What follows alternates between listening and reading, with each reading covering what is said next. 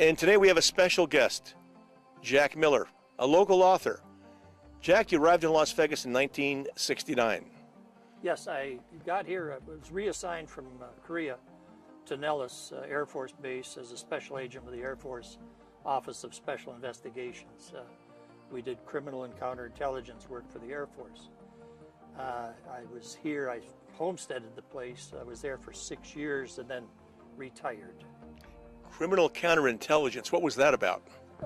Any felony committed by an Air Force member or a civilian employed by the Air Force would come under our jurisdiction.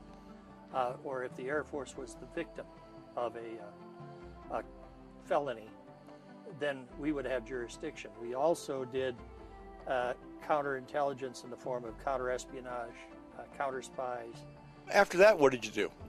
After I retired in '75, I went to work for the district attorney's office here.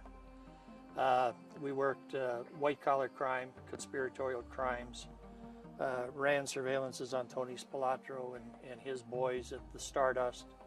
So then you went to work for? I went to work for gaming, the Nevada Gaming Control Board. That's the state of Nevada? Yes, in the enforcement division. There we did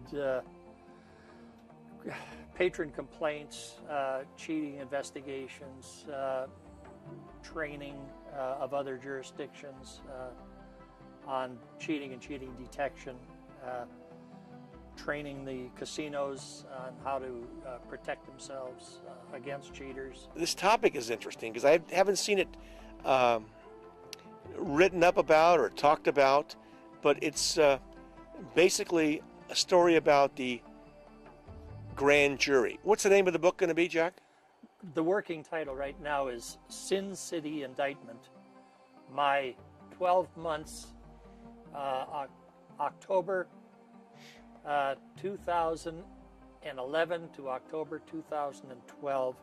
Say you actually sat on the grand jury? I did sit on a grand jury, as a matter of fact. And that's...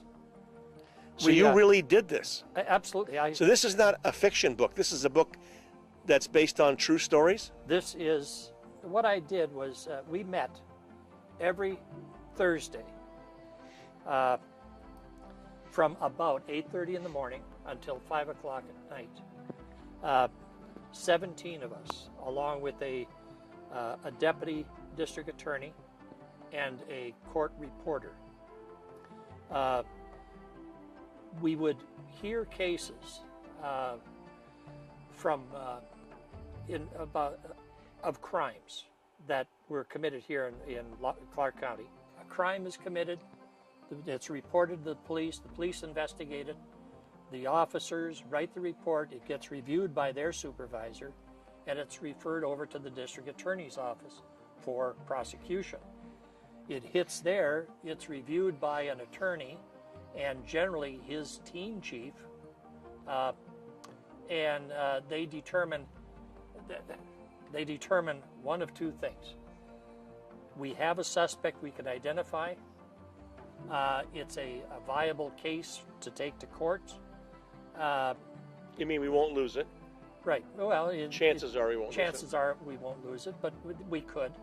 And their choices are either to go to a preliminary hearing in justice court or take it to the grand jury. Now, if they decide to go to either venue, the only thing they're looked at, or the jury or the judge in a preliminary hearing looks at, is probable cause. Has a crime been committed, and has this person or these people committed it? Do you feel better about the grand jury system now you've done this, or worse?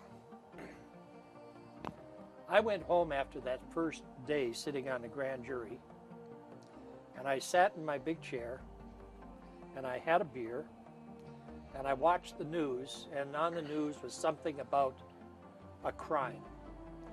And I had the best feeling I ever had in my life, because for the first, well, not the first time, I had done something that really mattered. Fascinating reading. I really think people are going to like this to read it. It's an easy read too. It's Oh, it's yes. kind of like short stories, and it's a fun read, and they're all different. The victim had been convicted of statutory rape in Florida. His girlfriend was only 15, and the parents complained about this 20-year-old boyfriend. He was tried, and he was sentenced to 3 years, and he served his time. He was released early and moved to Nevada, where he registered as a sex offender as required. He was stayed in a halfway house with other convicts out on parole or awaiting the end of their sentence.